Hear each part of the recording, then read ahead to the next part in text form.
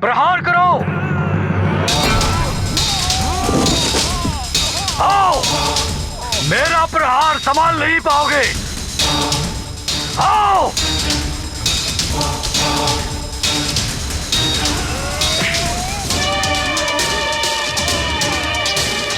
आओ, पुनः प्रहार करो।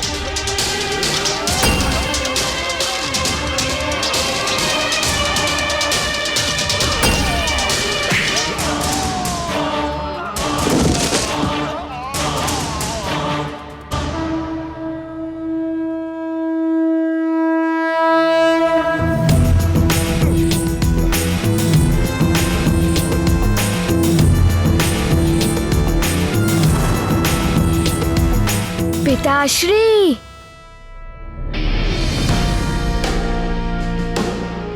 पुत्र हनुमान, तुम यहाँ रणांगन में क्या कर रहे हो?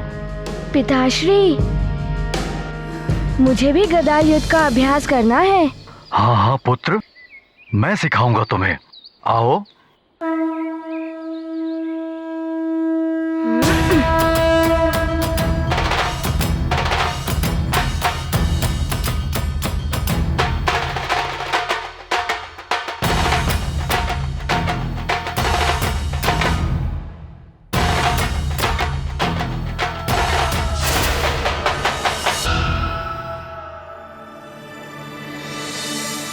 क्या हुआ पुत्र? पिताश्री, मैं आपके साथ अभ्यास नहीं कर सकता। तुम मेरे साथ अभ्यास क्यों नहीं कर सकते? माँ कहती है कि युद्ध हो या युद्धाभ्यास, प्रतिद्वंदी को सदैव शत्रु के रूप में ही देखना चाहिए। मैं आपको शत्रु के रूप में नहीं देख सकता। युद्ध के लिए ये नीति आवश्यक है हनुमान। यदि प्रतिद्वंदी पर शत्रु समझकर प्रहार करोगे तभी युद्ध शिक्षा सीख पाओगे, और यदि शत्रु को मित्र समझकर प्रहार करोगे तो युद्ध क्षेत्र में तुम्हारी पराजय निश्चित है। आओ, मेरे साथ अभ्यास करो। जी पिताश्री।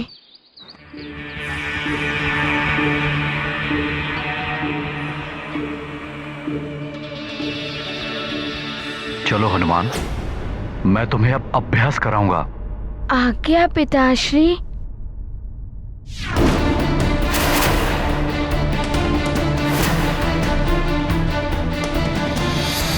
बल बल बल बल। करो प्रहार।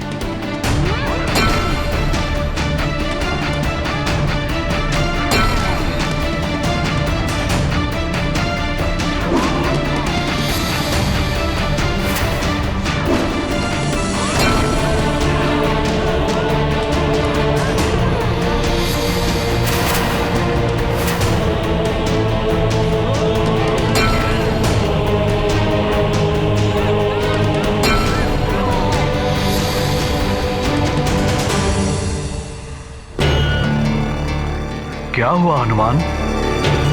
प्रहार क्यों नहीं कर रहे हो? अपनी माँ की बात स्मरण करो और प्रहार करो। युद्ध हो या युद्ध का अभ्यास, प्रतिद्वंदी को सदैव शत्रु के रूप में देखो।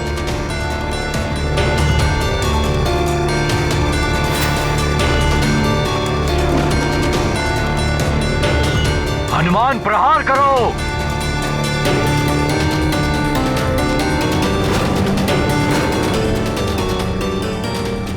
पूरी शक्ति के साथ प्रहार करो। जी पिताश्री। अब संभालिए मेरा वार।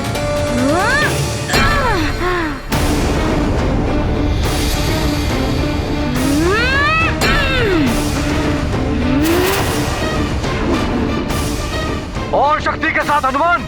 शक्ति और फुर्ती के संगम से ही विजय प्राप्त होती है। जी पिताश्री। बहुत अच्छे हनुमान। और शक्ति से प्रहार करो और तीव्रता से।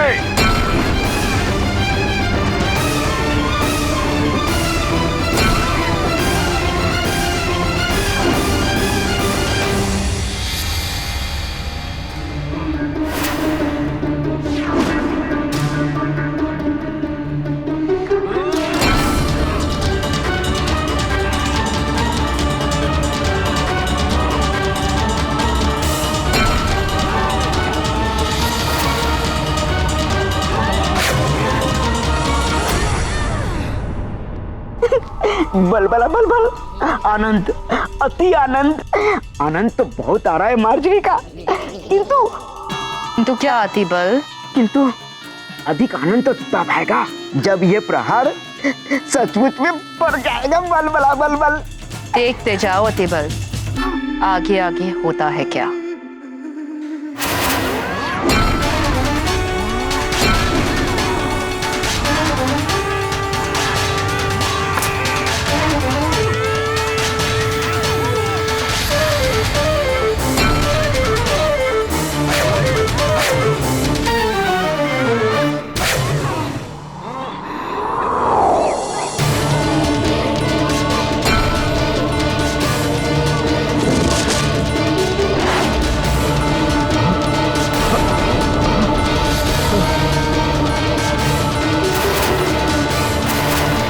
अब तो मरेगा ये केसरी।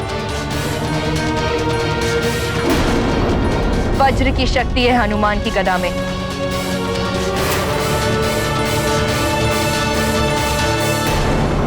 पिताश्री!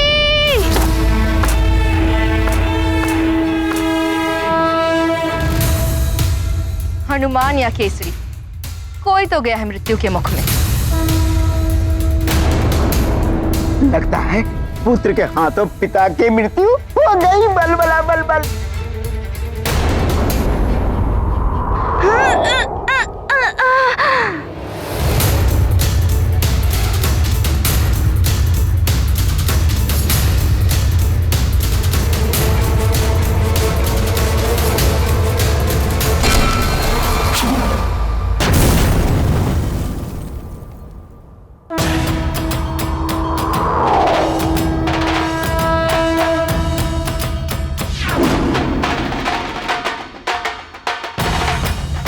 ये क्या, पुत्र ने ही फिर से बचा लिया अपने पिता को।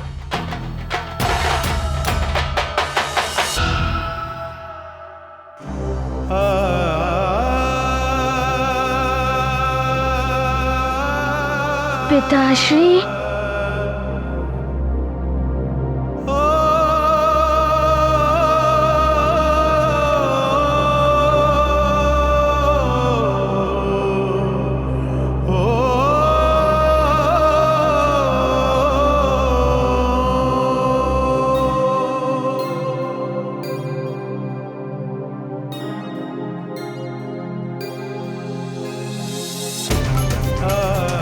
पिताश्री, मैंने गदा छोड़ी नहीं थी। माँ के कहे अनुसार मैं गदा अभ्यास कर रहा था, किंतु गदा स्वयं ही छूट गई।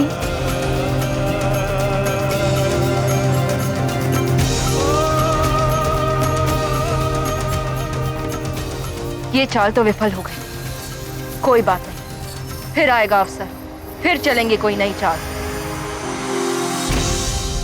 पुत्र हनुमान, तुम्हारे जैसा पुत्र हो तो पिता पर कोई भी संकट नहीं आ सकता, किंतु पुत्र, युद्ध हो या अभ्यास, आवेश में आकर ऐसी घटनाएं हो जाती हैं।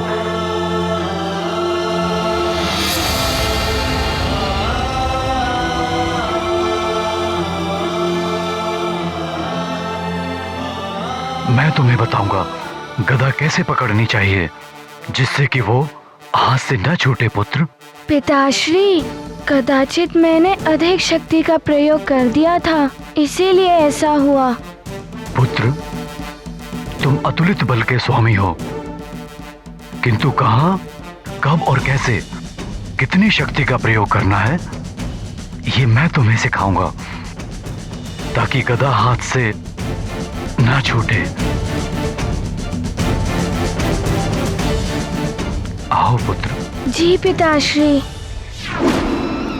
सैनिक, गदा लाओ।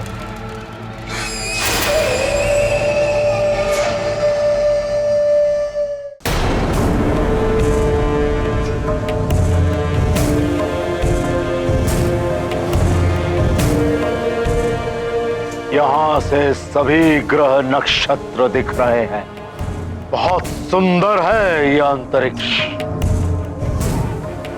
शीघ्र ही अंतरिक्ष मंडल होगा मेरे अधीन। 9 ग्रह, 9 में से 3 ग्रहों की तो दशा पहले ही परिवर्तित करती है मैंने। शीघ्र ही ये शेष ग्रहों को भी अपनी दशा परिवर्तित करने के लिए विवश कर दूंगा मैं। मेरी मृत्यु का योग बना रहे थे ना तुम सब मिलकर, मंगल अमंगली कर दूंगा मैं तुझे। बुध, पृथ्वी पर प्रलय लाएगा तू। गुरु, देवों का हितैषी, मेरे गुरु ज्ञान निस्तेज हो जाएगा मेरी शक्ति के समक्ष। शनि, तुझे अपनी टेढ़ी दृष्टि पर बहुत अभिमान है ना, अब मेरी टेढ़ी दृष्टि से बच। सूर्य, तुझे तो मैं अपना द्वारपाल बनाऊंगा। और चंद्र, औषधियां और जड़ी बूटियों को धरती पर पोषण देने वाले, तू भी अब उनका नाश करेगा। एक तीर से 3 लक्ष्य साधूंगा मैं। ग्रहों को वश में करके अपना मृत्यु योग हटाऊंगा। पृथ्वी पर प्रलय लाकर सब कुछ समाप्त कर दूंगा, जिसके साथ अंत हो जाएगा उस नर अवतार का, नारायण का। फिर इस पूरी सृष्टि का नियंत्रण होगा मेरे हाथों में। समाप्त कर दूंगा मैं सब कुछ। रह जाऊंगा तो केवल मैं और मेरे लंकावासी। तब इस पुष्पक विमान में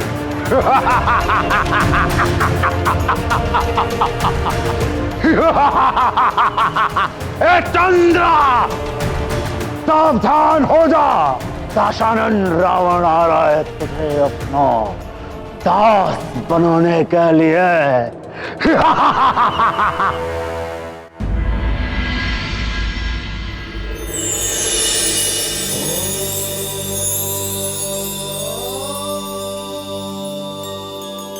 महादेव, रावण का उत्पात सीमाएं लांघ रहा है।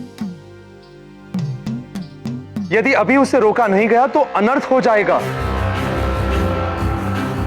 महादेव, रावण के कहने पर शुक्राचार्य भी उसका साथ दे रहे हैं।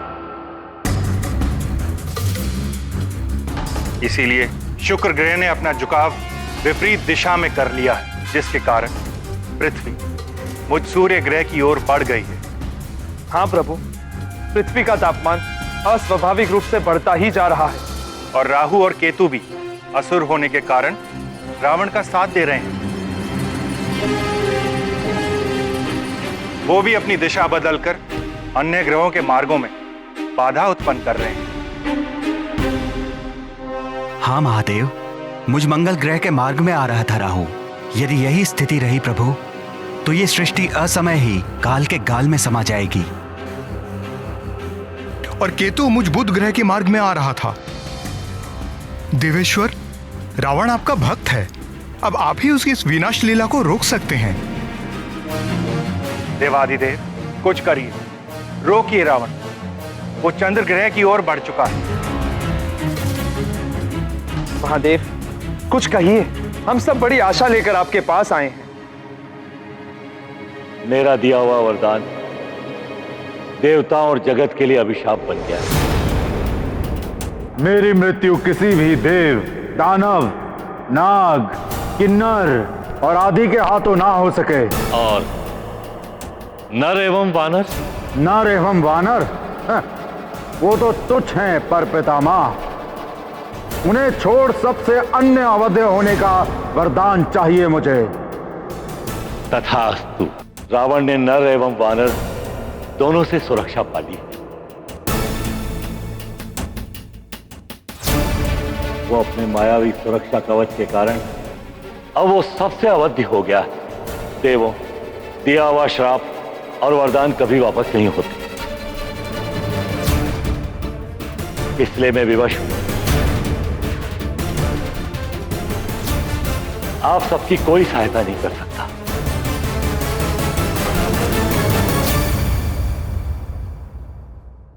ये स्थिति तो निश्चित ही बड़ी विकट हो गई है।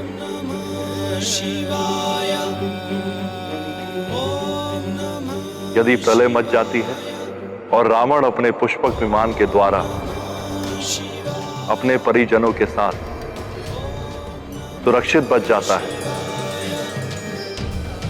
तब तो उसकी मृत्यु असंभव ही हो जाएगी। हाँ देवेश्वर, केवल आप ही रावण को रोक सकते हैं। देवों, विधि के विधान को कोई नहीं बदल सकता। जो हो रहा है उसे होने दीजिए।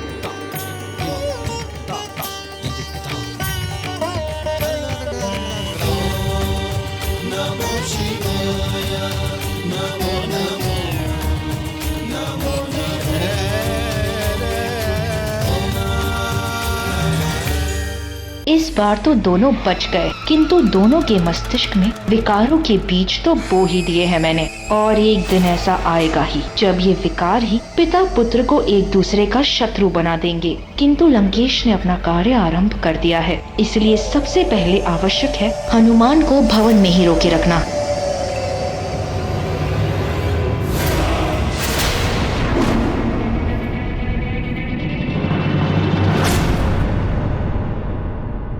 माँ, आप? हाँ, मैं ये कहने आई थी। हनुमान, क्या कर रहे हो? दूध गिर जाएगा। हनुमान, जाओ, क्या कर रहे हो?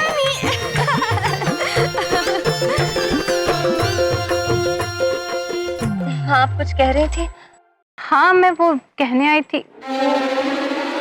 ओहो, देखो, मुझे भुला दिया तुम। आप भी भूलने लगी है? ये लो, मेरे लिए कठिनाई और बढ़ गई है। आप भी भूलने लगी हैं और माँ भी भूल जाती है। नटखट हो गया है बहुत हनुमान। देखिए ना माँ,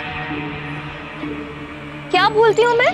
आप चलिए माँ, मैं आपको बताता हूँ। पहले दूध तो पी लो।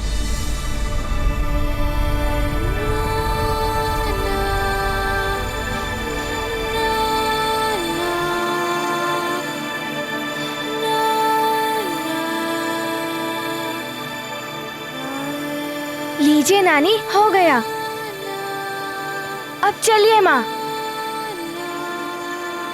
अरे पर बताओ तो, बात क्या है? माँ पहले बैठिए। अब बताओ, क्या भूली हूँ मैं?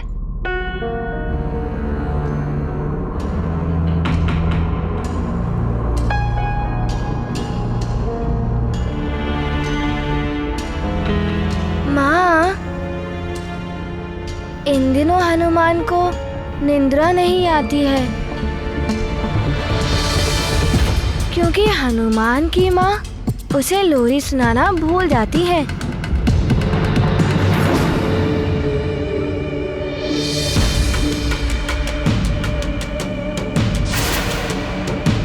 आप मुझे लोरी सुनाइए ना माँ।